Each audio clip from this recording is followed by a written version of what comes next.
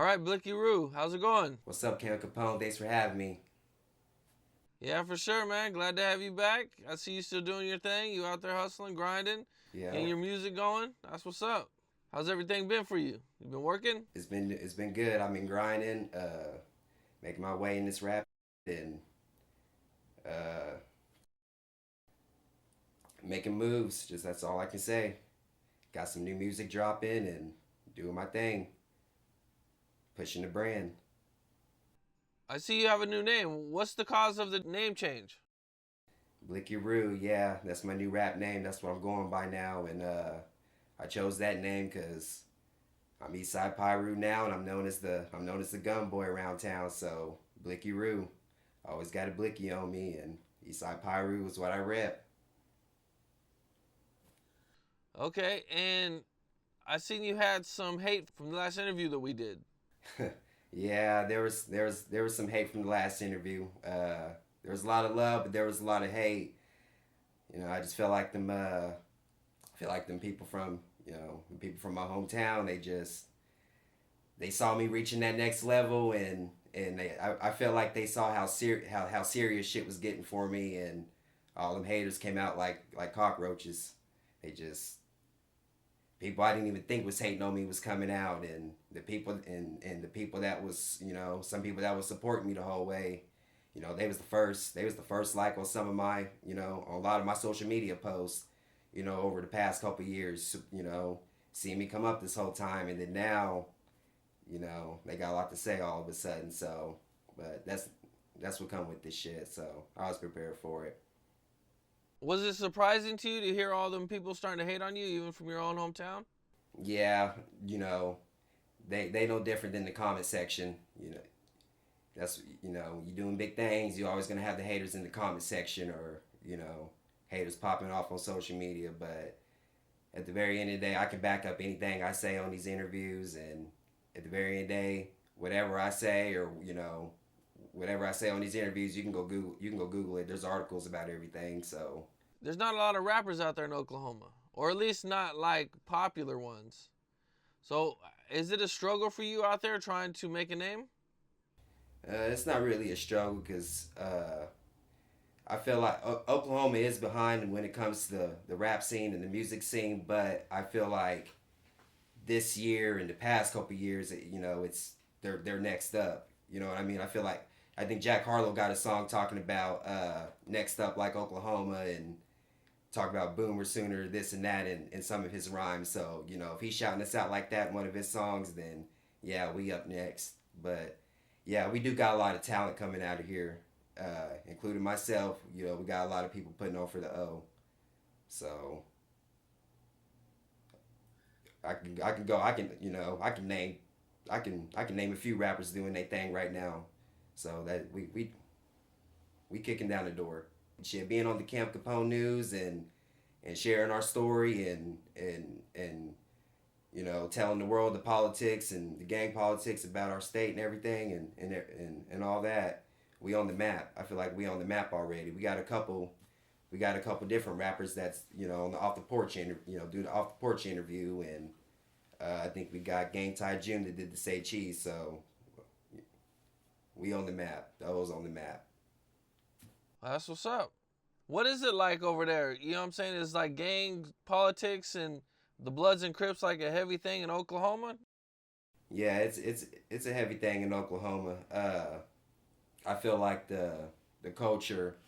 I feel like we got a lot of we're Cali influence. Got a lot of Cali culture here, especially when it comes to the gangs and everything. But Do you know how long the gangs have been out there in Oklahoma?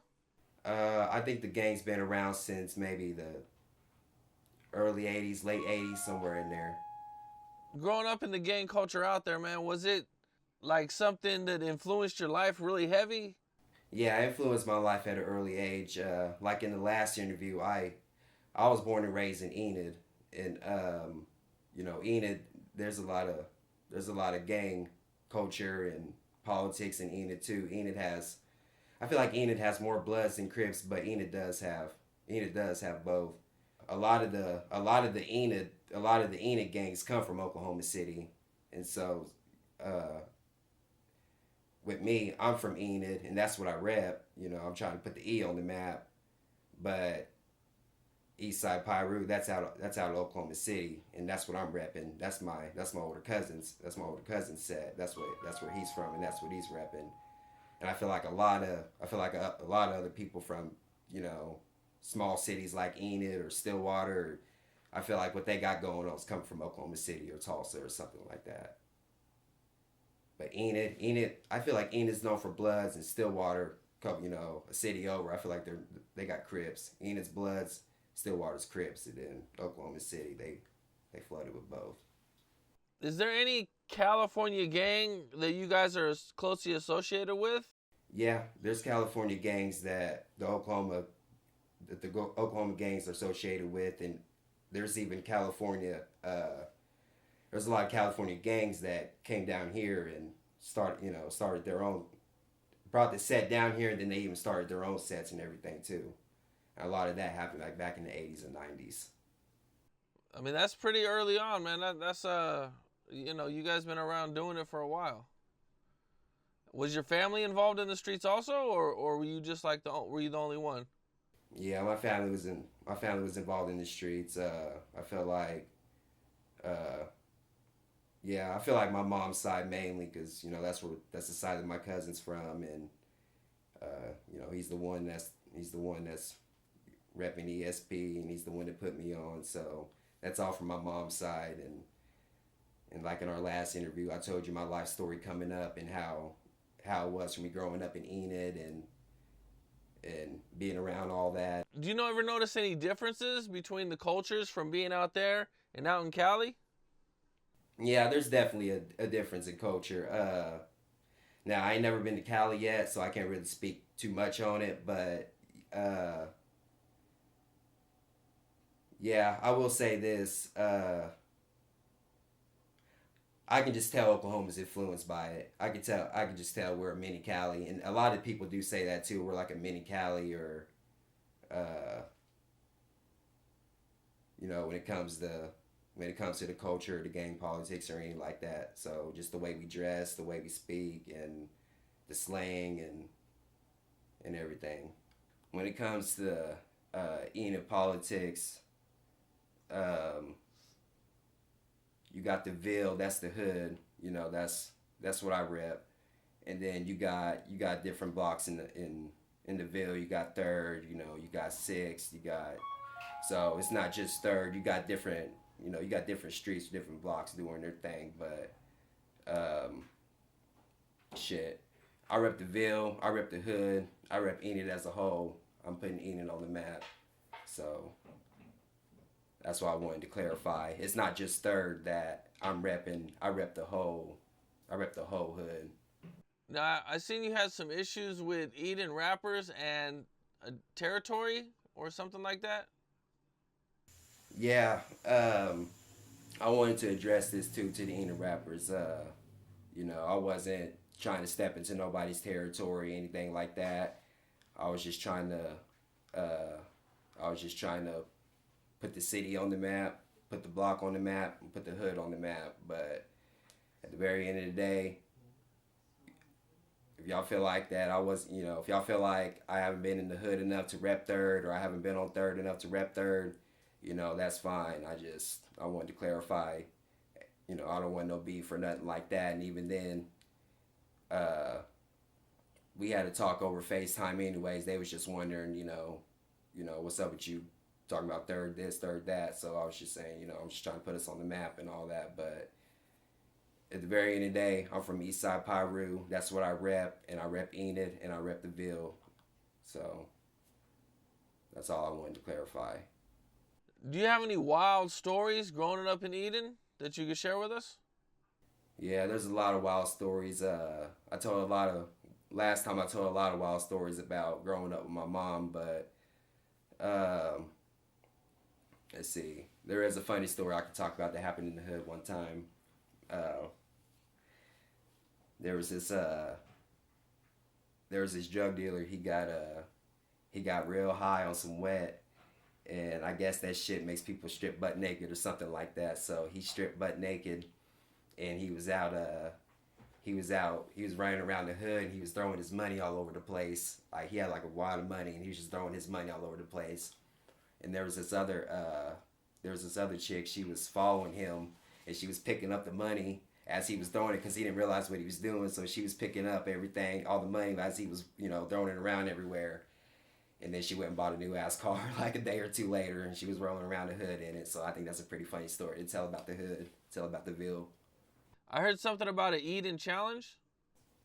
Yeah, there's an Enid challenge. One of the Enid rappers, he dropped a song called Enid. Everybody know I'm dope. It's an acronym for Enid. So all the Enid rappers, we gonna jump on that and see who has the hardest verse, and then that's gonna make it onto the final, the remix or whatever. So I think that's gonna be my next song that I drop to warm all my fans up before the big drop with T-Rel and Boosie, the Get Used to Me song. I'm gonna drop that Enid challenge first, and then it's up from there. Enid on the map. Now I see you got a new album coming out called GUTM. No, that's Get Used to Me. That's my upcoming song that I got coming with T-Rel and Boosie. Now my album, I do got an upcoming album that I'm working on right now, but I don't know the name of it yet. Shit, I just got my rap name going and got my new brand going. So I got some different ideas or names in mind for the album, but I don't know if I'm gonna go with it yet. But when the songs are all finished and I get all that going, then it'll be easier to come up with the name at the very end. Shout out to KO and Shaq Fu for being around since I first started taking this shit seriously. He's done a lot for me. He's helped me grow my fan base and helped me with marketing plans and strategies, and he actually mixes and masters professionally. He's done it for Kevin Gates, Gucci Mane, Shaquille O'Neal, and some other big artists. So he has a good resume of popular artists that he's mixed and mastered for. So he's actually mix and masters some of my songs, and he's mix and master my Get Used to Me. So that song's in the final stages and getting mixed and mastered by him, and then I'm gonna do the big drop.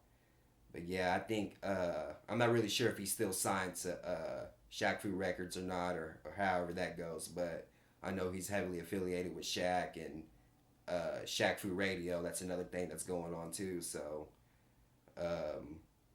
yeah, it's real cool to be affiliated with KO, and he might end up becoming my manager because he's starting to do managing again. So he's an option to become one of my managers. And I also got T-Rel's manager, Davon Daniels. He's actually gonna be my manager as well. He's T-Rel's manager, so I'm making big moves. I got a lot of choices and a lot of big moves to make. So I feel like stardom's around the corner. Man, so you putting in that work, man. That's what's up. Yeah, for sure. How did you kind of come up and start meeting everybody? Well, let's see. Me and the homie, we was shit. We was just trying to get by and surviving and doing our thing or whatever. I don't even think I met my shorty yet. We just decided to start rapping again. We was talking about rapping and making. We feel like we can make a lot of money from it because we just saw a lot of these rappers blowing up and everything. So, and we used to rap, back at the lunch tables in school all the time and rap in the basement. So, we got a lot of freestyling in the car. So we got a lot of fun times about it. So we just decided to take it seriously.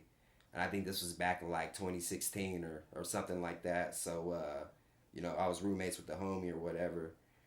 And then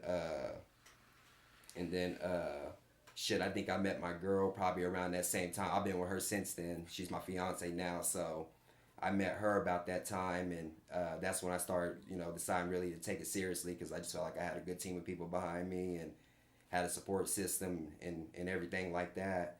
So I reached out to my older cousin, and he's the one that put me on ESP, Eastside Piru. I reached out to my older cousin because he's a rapper too. He was doing, he did his thing back in the day. So I feel like he's taking I feel like he's taking the mature route on everything now, and trying to put his younger generation on, like me and his sons and everything like that, trying to put us on game and teach us everything and give us the resources. So my mom told me to reach out to him and see what he could do for me. Like I said, this was back in 2016. So when I reached out to him, we sat down and we made a game plan about, just he taught me everything about being independent and just making an independent empire pretty much off this music shit. And so I reached out to my cousin about then, and that's when I got real plugged into the city. About that same time, I reached out to KO. He popped up because he was doing a lot of stuff with Bez Believe and Kevin Gates and all that. So I was like, let me reach out to him. He seems like he's a manager or something like that, or an agent. So I reached out to him. He responded back to me shit pretty quick, actually, and I was real surprised. I was like, damn, okay. So I really just saw how it don't hurt to reach out, and you might just get an answer back. And he even told me, you stuck out from a lot of people just because you emailed me instead of just DMing me or sending me a message on Facebook or Instagram like everybody else. You stood out by emailing me, so he just took me seriously right off the bat. And then boom, we formed a solid relationship, business relationship, and it's been up ever since. He's been helping me get up ever since. So that's how I discovered KO. And then shit, when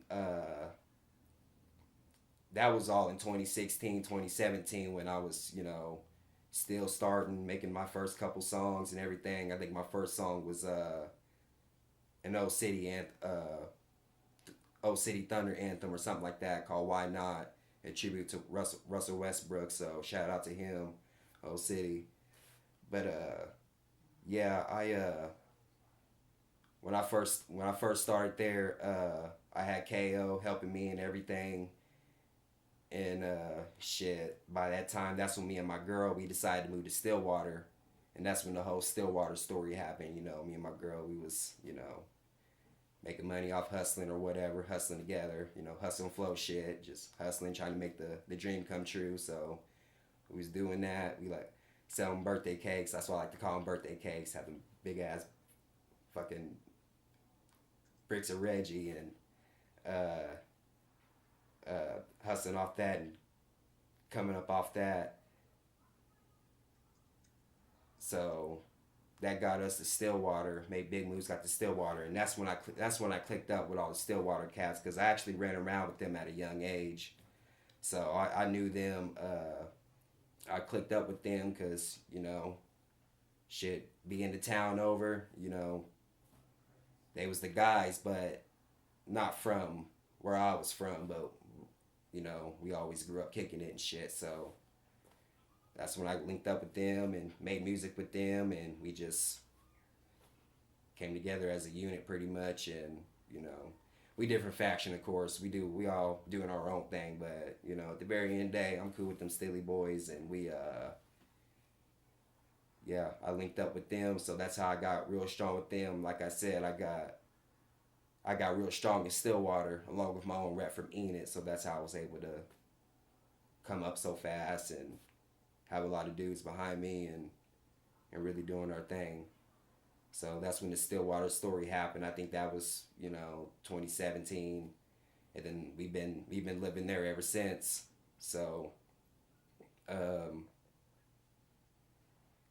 so I think a few years later, around 2019, 2020 is when T-Rel came to town, and then I took that opportunity. I was one of the first ones that stepped up and said, shit, I'm gonna hop in the studio with T-Rel, before everybody was even really paying attention or thinking that was a big deal.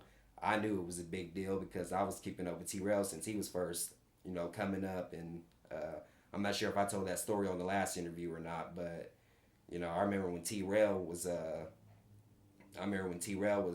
first coming up like 5-6 years ago.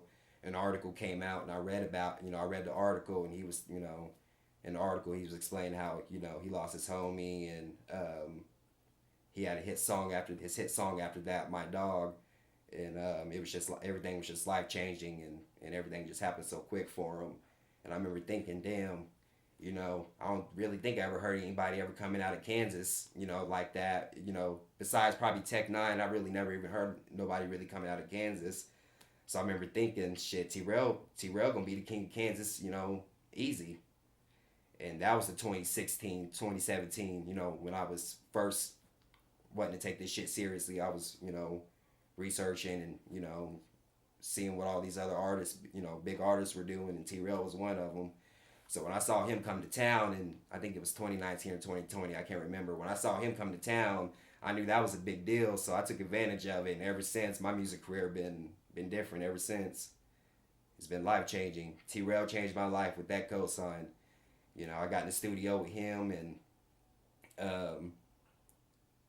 that was the start of us planning Get Used to Me. We got the beat and everything, and he was actually making his own, starting his own album, making his own few songs for the album or whatever. And one of them was Fly Away, Future and Jackboy, T-Rel and Jackboy. My girlfriend got to name that song because my girlfriend was there with me in the studio. We was all sitting around in the studio, T-Rel and his entourage, and he was like, what should I name the song? And everybody was kind of quiet. My girlfriend was like, Fly Away. And he was like, all right, that's cool. I like that name. And shit, that song got like 1 million views now. So shit, my girl got to name that song. So it's just, right. It was a big deal. It was fun. And then shit, after that, like I said, T-Rel invited me to come party with him and club hop with him and get in the studio with him and Boosie. So everything's been up since then. So I feel like it's overnight success, but there was a lot of grit and grind behind that overnight success. So Man, that's what's up, man. You know what I'm saying? Those are big moves. Boosie, I mean, he a legend in the game. And you got a song with him coming out. yeah, and that's the Get Used to Me song. I got T-Rel and Boosie on it. Man, that's big shit, man. Yeah, That's what's up. Yep, we finishing it up right now. Like I said, it's getting mixed and mastered, finishing up a couple other things, getting a video together. When I drop, I feel like that's it. It's up from there. I'm trying to shoot up from stardom. Shit, T-Rel, Boosie, and MO3, they was like a good trio. And then they lost MO3, and they've been making tribute songs about him ever since, and mourning him hard ever since. So, I'm trying to be the next trio. I'm gonna step up and be that next trio with them, and it's gonna start with that song. That song's gonna hit. Yeah. Yeah, man. That's what's up, man. That's good shit. You gonna shoot a music video for it? Yeah, definitely gonna shoot a music video for it. In the process of getting all that going. So, yeah, it's one song, but it's been taking a lot of preparation for it. So that's all I've been trying to, because I know once I drop it, it's up from there. So I'm trying to get the song right and perfect, get the music video going, get them all, get those two in the same room at one time, and shit. It's on. That's what's up, man. One thing I think I seen you mention in the past that I kind of wanted to touch on about the Cali culture and the blood and crip culture out there is Eden is mostly a blood city. Yeah, I feel like Eden might have more bloods. If anything, it might even out between the bloods and the crips. But no, I've always known more bloods to be from Eden, and a lot of them bloods I grew up with. So I just feel like everybody that I grew up with or hung out with or had some kind of history with grew up to be a blood. And then a lot of those other cats that's like around my age that are Crips, I've never really even seen them or known them, so I don't know if they've lived on another side of the city or if they just moved in there, came to Enid later on in life or whatever. But a lot of people do be in and out of Enid, so who knows on that. But yeah, it might even out or there might be just a tad more bloods in Enid. I'm not sure on that though. And is there any cities that are like, primarily a crip city? Like Yeah. I think you mentioned before, Steely? Yeah, Stillwater. Yeah, we call it Stilly. The water's the wet. Yeah. Yeah, Stillwater's felt like there's more Crips in Stillwater, and like I said, a lot of those dudes I grew up with too. Um, you know, later on in life, the Enoch cats, I grew up with since pups or whatever, but 10, 12 years old, them Stilly, is when I met the Stilly cats or whatever, but um, yeah, a lot of them are Crips, and there's a few of them that are Hoovers, so they I feel like that city's definitely dominated by Crips or Crip affiliated, but yeah, yeah, they're all close to each other. They all move as like a mob, or I like to call them Stilly Sopranos because they all move like a mob. So I respect that. What's jail like for Bloods and Crips or in Oklahoma? Um, Jail for Bloods and Crips in Oklahoma. Shit, feel like it's just like anywhere else. It's just whoever got beef with who. That's just what it's gonna be. Plus, you just got prison politics and all that too. So it is what it is on that. I also hear you're working on a new album. Can you talk about that a little bit? Yeah, I'm working on a new album. I think I think "Get Used to Me" would be a single on that album, and I think the Enid song would be a single on that album. So if I can, that kind of shows you the theme of the album already just by listening to those two songs, and then whatever other songs that I decide to put on the album.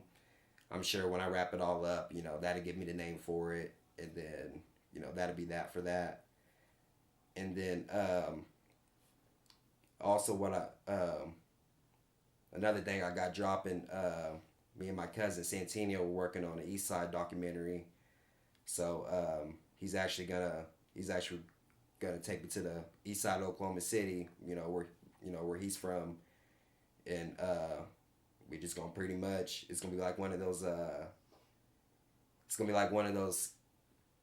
gangsta DVDs or gangsta chronicle DVDs, that bootleg shit that you used to see on the streets all the time. It's gonna be some raw greedy shit like that, but I'm gonna really just yeah, we're really just gonna tell the world, where we're from, what we rep, and where we're trying to go with this shit. So that's the East Side documentary. It's gonna be legendary because my cousin, he came up repping and trying to do his thing with the music shit, with the rap shit, you know, being from the East Side of OKC and repping the East Side of OKC. So um, I'm just trying to do it as his younger cousin, and he got his boys doing this shit too, rapping and doing their thing too. So shit, one of his boys was on stage with Lil Durk. When Lil Durk came to OKC and had a show, so shit, there's footage of uh, my cousin's son being on stage with Durk and just kicking it with him and jamming with him on stage. It was cool. It was real cool. And then shit, his other son, I'm trying to want to do this rap shit with him too. So we just it's the next we the next generation trying to do this all in his name, and we doing it. Legendary shit. Eastside documentary. Oh, okay, man, that's what's up, man. You got some good shit going on, man. I heard there's a movie that you're gonna be part of, or you're auditioning for. Yeah, I guess you could say I'm auditioning for it right now. It's called Red October, and part one was actually released a few years ago, and then it did its thing. It was a big deal around the whole state. Everybody was tuned into it. So um, that was a few years ago, and then now they're doing part two.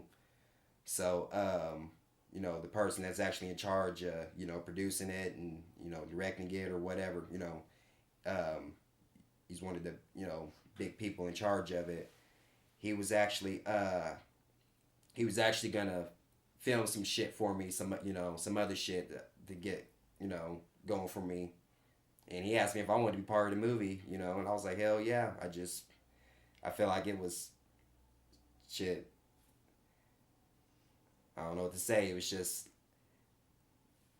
I've always wanted to be part of that Red October movie, and a few years ago when I was trying to come up and everything, I remember telling my girl all the time, like, damn, I wish I could be part of that movie, but I just ain't where I need to be at, with my music yet. But once I start going hard, I'm gonna make sure to be part of that next one.